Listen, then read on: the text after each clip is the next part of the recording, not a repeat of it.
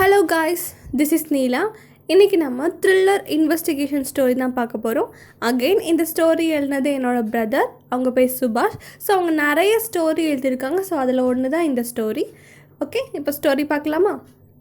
Story எங்கே start ஆகுதுன்னா, Austria. இப்போ அங்கே ரெய்னி சீசன் போயிட்டுருக்கு. ஸோ இடி மின்னலோட மழை பெஞ்சிட்ருக்கு. ஸோ எந்த சிட்டிலாம் டேமஸ் வார் அவங்கள சிட்டியில். ஸோ அங்கே ரொம்ப இடி மின்னலோட மழை பெஞ்சனால ஸோ எங்கள் எல்லா சைடும் ஹெவி வாட்டர் ஃப்ளோ போயிட்டுருக்கு. ஸோ பட் இருந்தாலும் அங்கே இருக்க மக்கள் எல்லாருமே அந்த ரெய்னி சீசனை ரொம்ப என்ஜாய் பண்ணி பார்த்துட்ருக்காங்க. ஏன்னா 14 மாதத்துக்கு அப்புறம் இந்த மழை அவங்களுக்கு வந்திருக்கு. ஸோ அதனால் அந்த ரெய்னி சீசனை ரொம்ப என்ஜாய் பண்ணி பார்த்துட்ருக்காங்க. அந்த சிட்டியில் உள்ள பீப்புளுக்கு ஒரு ஹேபிட் இருக்குது. ஸோ என்ன ஹேபிட்னா, 8 PM முன்னாடி அவங்க டின்னர் ஃபினிஷ் பண்ணிக்கிட்டு 8:45 அவங்க தூங்க போயிடுவாங்க. ஸோ இது எதனாலனா, அந்த சிட்டியில் ஒரு துறவி வாழ்ந்துருக்காங்க. அந்த துறவி என்ன சொன்னாலும், என்ன இன்ஃபர்மேஷன் சொன்னாலும் அதை அவங்க நம்புவாங்க. ஸோ அந்த துறவி இப்போ இல்லை, பட் அவங்க சொன்ன வார்த்தைகள் இன்னும் அவங்க அந்த சிட்டியில் வாழ்ந்துட்டுருக்கு. அவங்க என்ன சொல்லியிருக்காங்கன்னா, டின்னரை சீக்கிரமாகவே ஃபினிஷ் பண்ணிக்கிட்டு காலையில் அதிகாலை 4:30 மணிக்கு முன்னாடியே எழுந்திரிச்சு அவங்க ஒர்க்கை ஸ்டார்ட் பண்ணுங்கன்னு சொல்லியிருக்காங்க. ஸோ இந்த ஒரு ஹேபிட்டை அந்த துறவி இறந்து 12 வருஷம் கழிச்சும் இன்னும் அவங்க ஃபாலோ பண்ணி வந்துட்டுருக்காங்க. பட் இந்த நாள் அவங்க தூங்காமல் ரொம்ப நாளுக்கு அப்புறம் ரெய்னி சீசனை ரொம்ப என்ஜாய் பண்ணி பார்த்துட்ருக்காங்க. ஸோ ஒவ்வொரு ட்ராப்ஸை அவங்க என்ஜாய் பண்ணி பார்த்துட்ருக்காங்க. ஸோ அங்கே இருக்கிற அந்த மழை பெய்யும் போது காற்றடிக்கலாம். ஸோ ப்ரீஸி ஏர் அதை அவங்களுக்கு இன்னும் கொஞ்சம் ரிலாக்ஸேஷனை கொடுக்குது.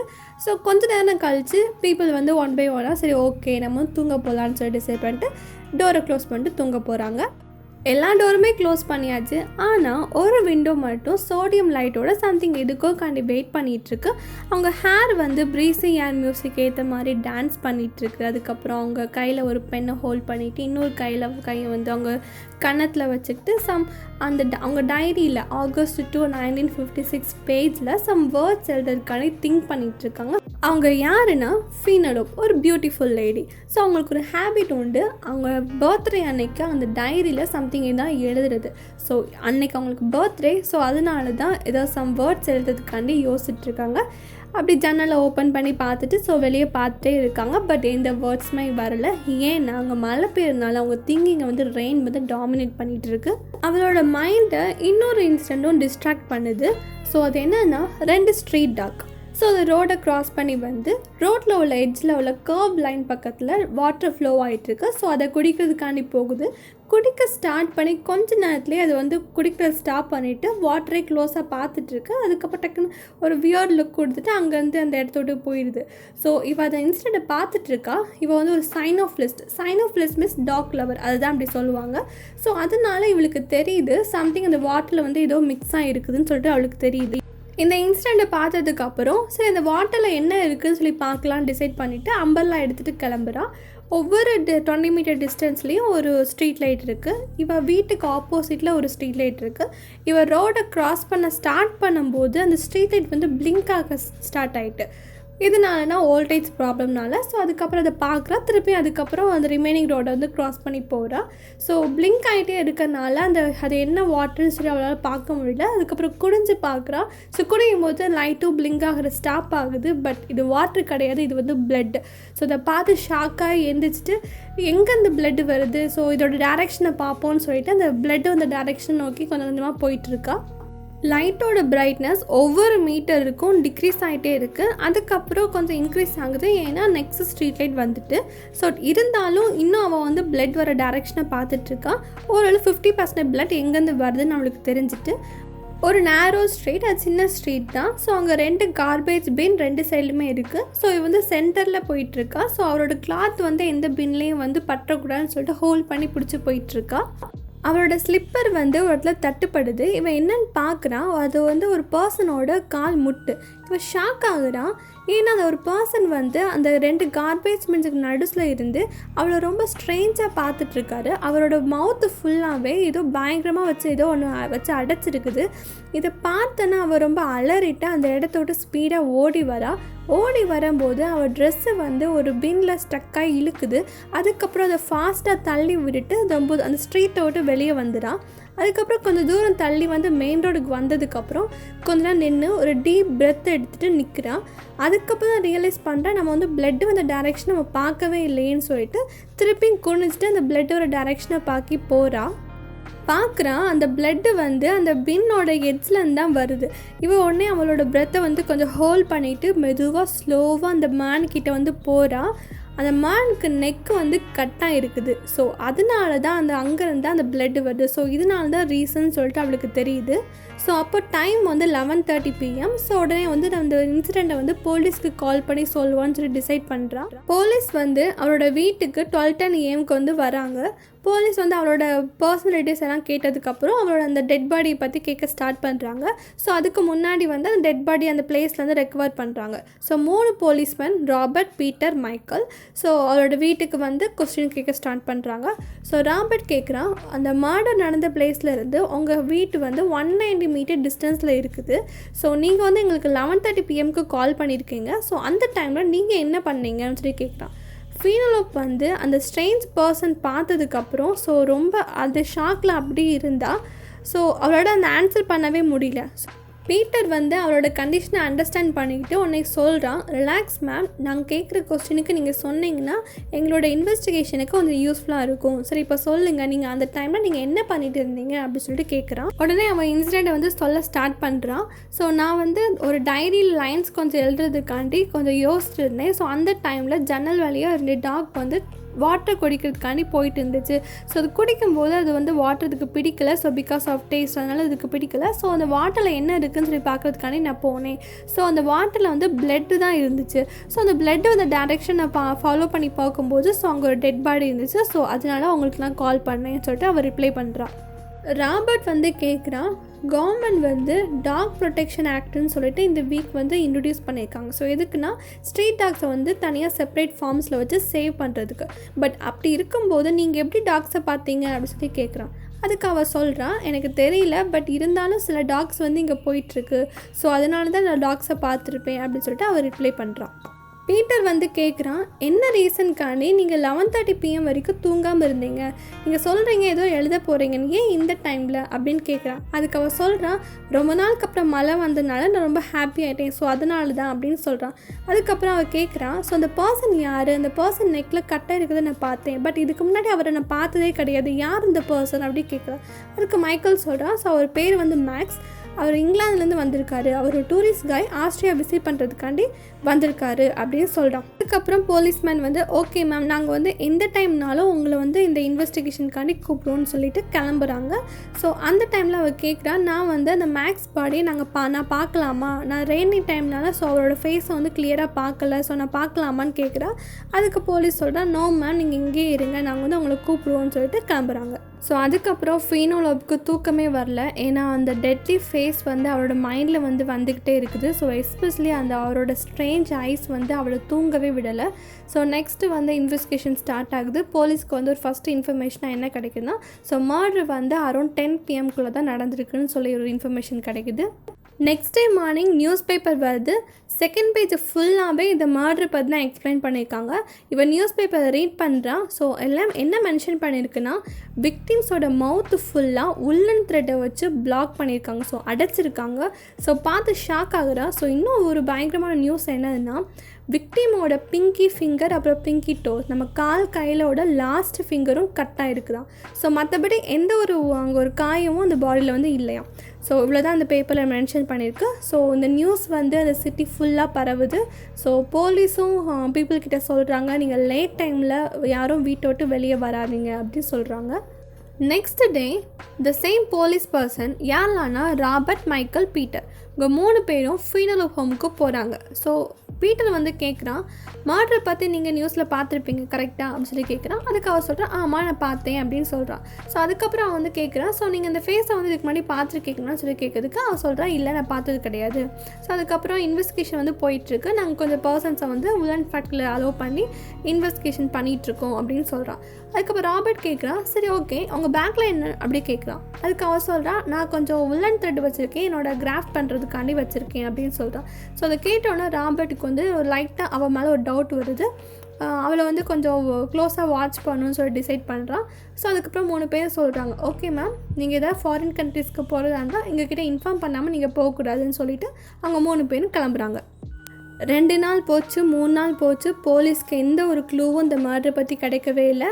But 4th day, first murder நடந்த 4வது நாள் அகெயின் செகண்ட் மேர்டர் நடக்குது. எங்கன்னா அந்த சிட்டிலேயே ஃபேமஸ் சர்ச்சு பக்கத்தில். ஸோ இந்த மேர்டரும் ஃபஸ்ட்டு நடந்த மேர்டரும் எக்ஸாக்டாக மேட்ச் ஆகுது. நெக்கில் கட்டாக இருக்குது, அப்புறம் மவுத்து ஃபுல்லாக உள்ளன் த்ரெட் இருக்குது, அதுக்கப்புறம் பிங்கி ஃபிங்கர் பிங்கி டோவும் கட்டாக இருக்குது. இந்த பர்சனும் ஒரு டூரிஸ்ட் காய். ஸோ இந்த சிட்டியில் உள்ள மக்கள் வந்து இந்த மர்டர் நினச்சி ரொம்ப பயப்பட ஆரம்பிக்கிறாங்க, எஸ்பெஷலி ஃபீனலோப். ஏன்னா ஃபஸ்ட்டு மர்டர் நடந்த பிளேஸில் இவ தான் இருந்தா. ஸோ இவளால் அந்த ஸ்ட்ரேஞ்ச் ஃபேஸை மறக்கவும் முடியல. ஸோ ஃபஸ்ட் டைம் இவ வந்து நான் தனியாக இருக்கேன்னு சொல்லிட்டு அதை ரியலைஸ் பண்ண ஆரம்பிக்கிறான். ஃபஸ்ட்டு மேர்டர் நடந்ததும் செகண்ட் மேர்டர் நடந்ததும் ஒரு 50 மீட்டர் டிஸ்டன்ஸில் தான். பட் எந்த டைம்னா நைட் டைம் தான். ஸோ போஸ்ட்மார்ட்டம் ரிப்போர்ட் பார்த்ததுக்கப்புறம் ஸோ அந்த மேர்டர் வந்து அரௌண்ட் 10 to 10:30 PM தான் நடந்திருக்குன்னு சொல்லி கண்டுபிடிக்கிறாங்க.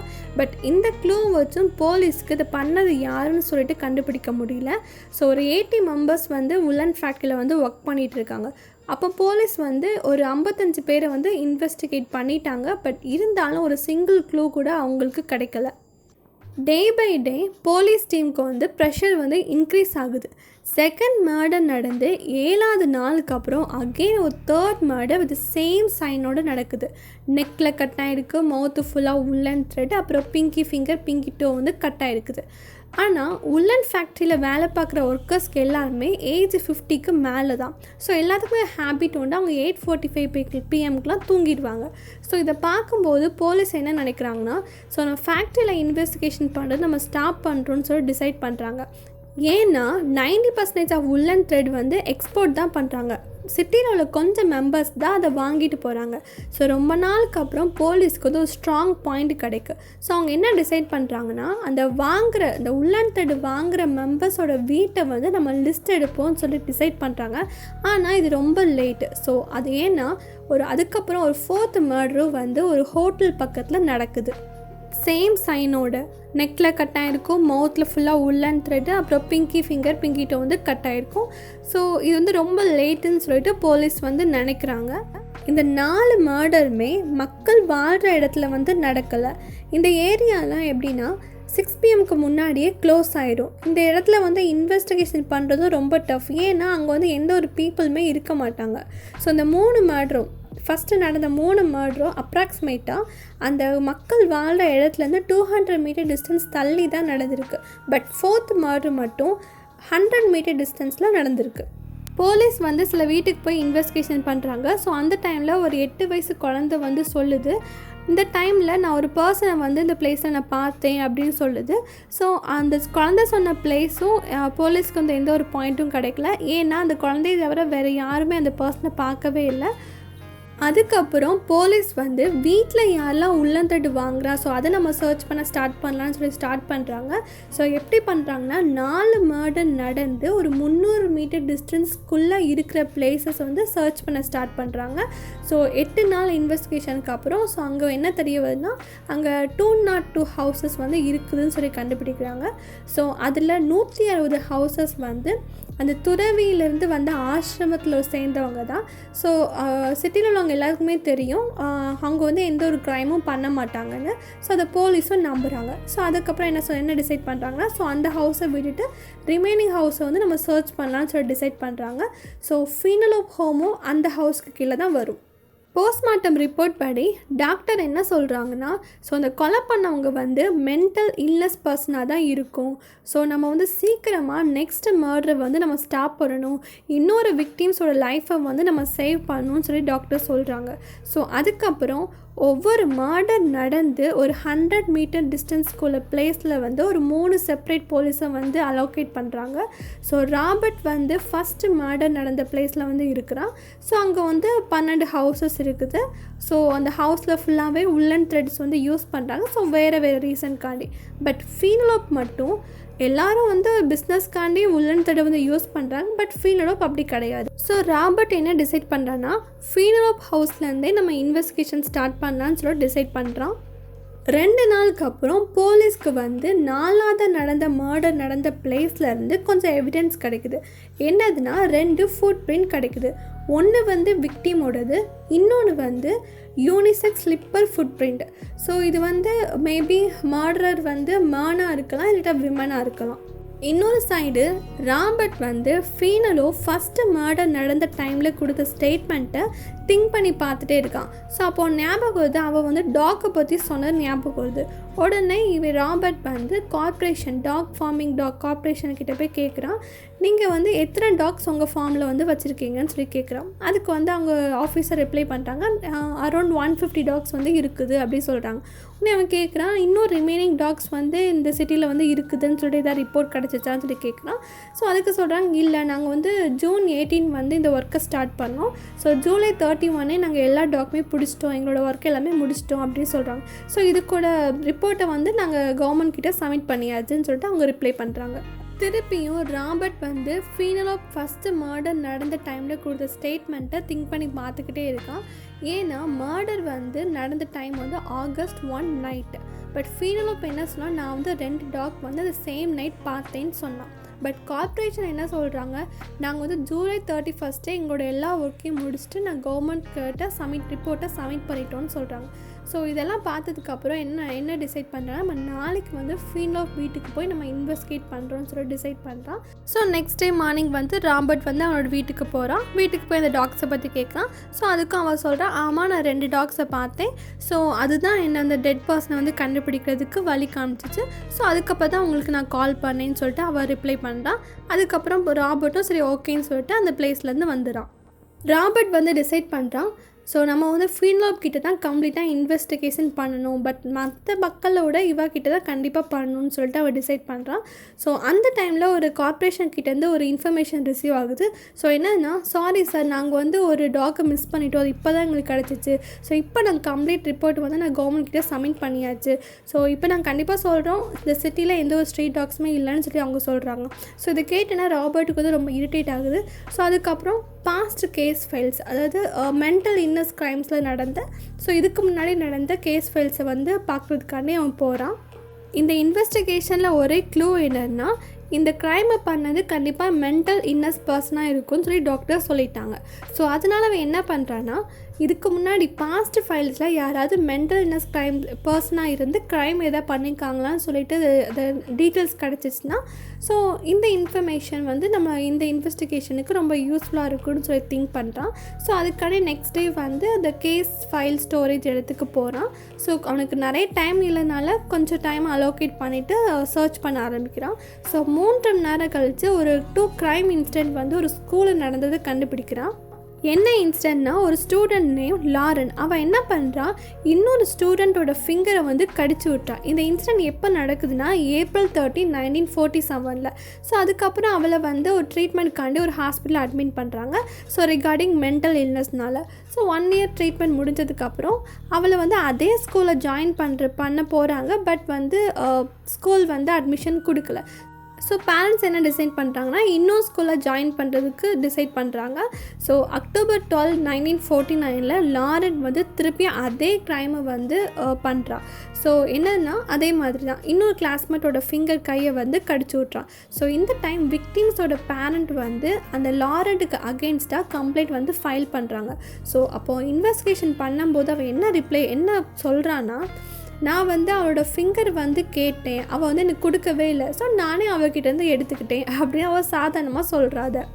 அதுக்கப்புறம் போலீஸ் வந்து லாரன்ஸோட பேரண்ட்ஸ்க்கு அட்வைஸ் பண்ணுறாங்க, கரெக்டாக ட்ரீட்மெண்ட் கொடுக்கன்னு சொல்கிறாங்க. ஸோ அதே மாதிரி பேரண்ட்ஸ் வந்து பொண்ணோட ட்ரீட்மெண்ட்டுக்காண்டி தேடுறாங்க. பட் அதே மாதிரி கிடைக்குது. ஸோ 1 இயர் ட்ரீட்மெண்ட்டுக்கு அப்புறம் அவள்லேருந்து ரெக்கவர் ஆகிடான். ஆனால் வந்து அவங்க அம்மா வந்து ஸ்கூலுக்கு விடலை. ஸோ அவங்க சைல்டை வந்து அவங்க கிராஃப்டிங் பிஸ்னஸ் கொஞ்சம் சொல்லி கொடுத்து ஸோ அதுக்காண்டி அவங்க வச்சுக்கிறாங்க. ஸோ இது எல்லாமே இவ்வளோ தான் வந்து அந்த கேஸ் ஃபைல் வந்து ரிட்டன் ஆகிருக்குது. ஃபுல் ரிப்போர்ட்டை ரீட் பண்ணதுக்கப்புறம் ராபர்ட் வந்து ரைட்டர் ஹவுஸ்க்கு வந்து போய் அங்கே கொஞ்சம் இன்ஃபர்மேஷன் வந்து கலெக்ட் பண்ணுறான். ஸோ அதுக்கப்புறம் ராபர்ட் அவனோட வீட்டுக்கு வந்துடுறான். ஸோ வீட்டுக்கு வந்ததுக்கப்புறம் கார்ப்பரேஷன் கிட்ட கால் பண்ணி, நீங்கள் எத்தனை டாக் ரீசெண்டாக கண்டுபிடிச்சிங்கன்னு சொன்னீங்கன்னு சொல்லி கேட்குறான். அதுக்கு ஆஃபீஸர் சொல்கிறாங்க 1 டாக்ஸ்ன்னு சொல்கிறாங்க. உடனே இவனும் ஓகே தேங்க்ஸ்ன்னு சொல்லிட்டு ரிப்ளை பண்ணுறான். பட் ஃபீனலோப் ஸ்டேட்மெண்ட் என்னது, நான் வந்து 2 டாக்ஸ் பார்த்தேன்னு அவள் சொன்னான். பட் இது மட்டும் கிடையாது, இன்னும் கொஞ்சம் இன்ஃபர்மேஷன் வந்து அந்த லாரண்ட் கேஸ் ஃபைல்லேருந்து இந்த ரைட்டர்கிட்டேருந்து கிடச்சிருக்கு. ஸோ என்ன இன்ஃபர்மேஷன்னா, அந்த கிரிமினல் ஃபுல் நேம் வந்து ஃபீனலோப் லாரண்ட். நெக்ஸ்ட் டே ராபர்ட் வந்து ஃபீனலோப் ஹோமுக்கு போகிறான். ஸோ அங்கே போய் அவளோட பேரண்ட்ஸை பற்றி விசாரிக்கிறான். அதுக்கு அவள் சொல்கிறா 2 பேருமே க்ரானிக் டிசீஸ்னால் 1952 இறந்துட்டாங்கன்னு சொல்கிறான். அதுக்கப்புறம் இவனோட ஃபாதர் நேம் என்னன்னு சொல்லி இவன் கேட்குறான். அதுக்கு அவன் மைக்கேல் லாரண்ட்னு சொல்கிறான். சரி ஓகேன்னு சொல்லிவிட்டு, சரி நீங்கள் உங்கள் லைஃப்பை வந்து எப்படி மேனேஜ் பண்ணிக்கிறீங்கன்னு சொல்லி அவன் கேட்குறான். அதுக்கு அவள் சொல்கிறான், எங்கள் அம்மா கிட்டேருந்து சில கிராஃப்டிங் ஒர்க்கு வந்து நான் கொஞ்சம் கற்றுக்கிட்டேன். ஸோ அதை வச்சு நான் கொஞ்சம் பியூட்டிஃபுல் கிராஃப்ட்ஸ் பண்ணுவேன். பட் வந்து ஃபுல் டைம் பிஸ்னஸ் கிடையாது, கொஞ்சம் மக்கள்கிட்ட விற்று ஸோ அதில் மணி வரும். ஸோ அதை வச்சு நான் வந்து என்னோடய லைஃப்பை ரன் பண்ணுறேன்னு சொல்கிறான். ஓகேன்னு சொல்லிட்டு கொஞ்சம் தண்ணி குடிப்பீங்களான்னு சொல்லி ராபர்ட் கேட்குறான். உடனே ஓகேன்னு சொல்லிட்டு அவள் தண்ணி எடுக்க போகிறான். அதுக்கப்புறம் இவன் வந்து ஸ்லிப்பரை நோட் பண்ணுறான். பட் இந்த ஃபுட் பிரிண்ட் வந்து 4th மர்டர் பிளேஸில் கூட மேட்ச் ஆகலை. பட் இன்னும் ஸ்லிப்பர் பார்க்குறான். இந்த ஸ்லிப்பர் வந்து ஃபுட் பிரிண்ட்க்கு மேட்ச் ஆகிற மாதிரி இருக்குது. ஸோ அதில் ஒரு ஸ்லிப்பரை வந்து இவன் கோட்டில் வந்து ஹைட் பண்ணி வச்சுக்கிறான். அதுக்கப்புறம் தண்ணி குடித்ததுக்கப்புறம் அந்த பிளேஸ்லேருந்து கிளம்புறாவே. இவன் வந்து அந்த ஃபுட் பிரிண்ட்டை போய் பார்க்குறான். இவன் நினச்ச மாதிரியே அந்த ஸ்லிப்பர் வந்து அந்த ஃபுட் பிரிண்ட்டுக்கு பெர்ஃபெக்டாக மேட்ச் ஆகுது. ஸோ இதுலேருந்து என்ன கன்ஃபார்ம் பண்ணுறேன்னா 70% வந்து ஃபீனலோப் தான் கிரிமினல் சொல்லி கன்ஃபார்ம் ஆகுது. பட் இது வந்து பத்தாது. ஏன்னா இந்த டைப் ஆஃப் ஸ்லிப்பர் வந்து எல்லாக்கிட்டையும் இருக்கும். ஸோ அவன் திருப்பி அவள் வீட்டுக்கு போகிறான். ஸோ அந்த டைமில் அவள் வந்து வீட்டில் இல்லை. ஸோ ராபர்ட் எங்கே பார்க்குறான்னா அவள் வந்து வீட்டுக்கு பின்னாடி வந்து இருக்கிறான். ராபர்ட் வந்து இந்த சிச்சுவேஷனை யூஸ் பண்ணி அந்த வீட்டுக்குள்ளே போய் தேடுறதுக்கு பிளான் பண்ணுறான். அதே மாதிரி வீட்டுக்குள்ளே போகிறான். அங்கே ஒரு சின்ன ரூம் இருக்குது. பட் அது லாக் ஆகிருக்குது. ஸோ அது கீழே ஒரு கீ வந்து அவனுக்கு பார்க்குறான். ஸோ அந்த கீ வந்து கிளாத்து கடையில் கவர் பண்ணி இருக்குது. ஸோ அந்த கீ யூஸ் பண்ணி ரூமை அன்லாக் பண்ணுறான். ஸோ அதே மாதிரி டோரும் அன்லாக் ஆகிட்டு ஸோ உள்ளே போனால் அவன் வந்து ஷாக் ஆகிறான். ஏன்னா அங்கே வந்து 4 பிங்கி ஃபிங்கர்ஸ் 4 பிங்கி டோஸ் வந்து ரூமில் வந்து ஹேங் ஆகிட்டு இருக்கு. ஸோ அதை பார்த்துட்டு இருக்கும்போது வெளியில் வந்து டோர் லாக் சவுண்ட் வந்து ஒன்று கேட்குது. ஸோ அந்த ரூமோட வெளியே வரான். ஸோ ஃபீனலோப் வந்து மெயின் டோரை க்ளோஸ் பண்ணிகிட்ருக்கா. அதுக்கப்புறம் ஃபீனலோப் ராபர்ட்டை பார்த்தோன்னே ஒரு வுடன் பீஸ் எடுத்து அட்டாக் பண்ண ஸ்டார்ட் பண்ணுறான். ஃபீனலோப் கொஞ்சம் ஒல்லியாக இருக்கிறதுனால போலீஸ் ராபர்ட்டுக்கு வந்து அவளை மேனேஜ் பண்ண முடிஞ்சிச்சு. ஸோ அவளோட அட்டாக்லேருந்து இவன் வந்து கொஞ்சம் ப்ரிவென்ட் பண்ணிக்கிட்டான். அதுக்கப்புறம் ராபர்ட் அவளை கண்ட்ரோல் பண்ணி அவள் 2 கையும் கெட்டி போட்டுட்டு போலீஸ்க்கு இன்ஃபார்ம் பண்ணான். போலீஸும் அதுக்கப்புறம் வந்து அவளை அரெஸ்ட் பண்ணிட்டாங்க. ஸோ அவளும் ஒத்துக்கிட்டான், இந்த மர்டர்லாம் நான் தான் பண்ணேன்னு அவளும் ஒத்துக்கிட்டான். ஸோ என்ன சொன்னான்னா, நான் வந்து ஒரு ஸ்டோரி க்ரியேட் பண்ணி இந்த மர்டர்லேருந்து தப்பிக்கிறதுக்கு பிளான் பண்ணேன். ஸோ எனக்கு பிங்கி ஃபிங்கர்ஸ்னாலே ரொம்ப பிடிக்கும். அது தனியாக செப்பரேட் ரூமில் ஸ்டோர் பண்ணணும்னு நினச்சேன். ஸோ அதை வச்சு அமேசிங் கிராஃப்ட் பண்ணி டூரிஸ்ட் அட்ராக்ட் பண்ணணும்னு நினச்சேன். ஸோ அதனால தான் அவங்கள வந்து நைட் டைமில் வந்து நான் கிராஃப்ட்ஸை டெலிவர் பண்ணுறேன்னு சொல்லி கொஞ்சம் சீக்ரெட்ஸ்லாம் சொல்கிறேன்னு சொல்லி அவங்கள வர வச்சேன். ஸோ அவங்களும் என் வார்த்தையை நம்பி அவங்களும் வந்தாங்க. ஸோ அவங்கக்கிட்டேருந்து நான் பிங்கி ஃபிங்கர்ஸும் டோஸும் நான் எடுத்துக்கிட்டேன்னு சொல்லிட்டு அவள் சொல்கிறாள். போலீஸ் வந்து அவள் சொல்கிறத எதுவுமே நம்பவே இல்லை. ஏன்னா அவள் வந்து ஒரு மென்டல் இல்னஸ் பர்சன்னால அவள் சொல்கிறது எதுவுமே நம்பலை. அதுக்கப்புறம் அவளை ஒரு தனியாக செப்பரேட் ரூமில் வச்சு அதை லாக் பண்ணி வச்சாங்க. ஸோ அவளை வந்து யார்கிட்டையும் பேசுகிறதுக்கு அலோவ் பண்ணலை. கொஞ்சம் கிராஃப்ட் மெட்டீரியல் சொல்லி கொடுத்து கொஞ்சம் அவள் இருக்கிற டைமை வந்து கிராஃப்ட் பண்ணி அவள் கொஞ்சம் டைம் ஸ்பெண்ட் பண்ணிட்டு இருந்தான். ஸோ அவளுக்கு ஏஜ் 60 ஆகும்போது அங்கேயே வந்து அவள் இறந்தும் போயிட்டான். பட் இருந்தாலும் பீப்புள் வந்து அங்கே நடந்த மர்டரை வந்து அவங்க மறக்கவே இல்லை. இது வரைக்கும் வீடியோ பார்த்ததுக்கு ரொம்ப தேங்க்ஸ். இந்த வீடியோ உங்களுக்கு பிடிச்சிருந்துச்சுன்னா லைக் பண்ணுங்கள், சப்ஸ்கிரைப் பண்ணிக்கோங்க. நெக்ஸ்ட் டே இன்னொரு நாள் வீடியோவோட உங்களை மீட் பண்ணுறேன். ஸோ அது வரைக்கும் பாய்.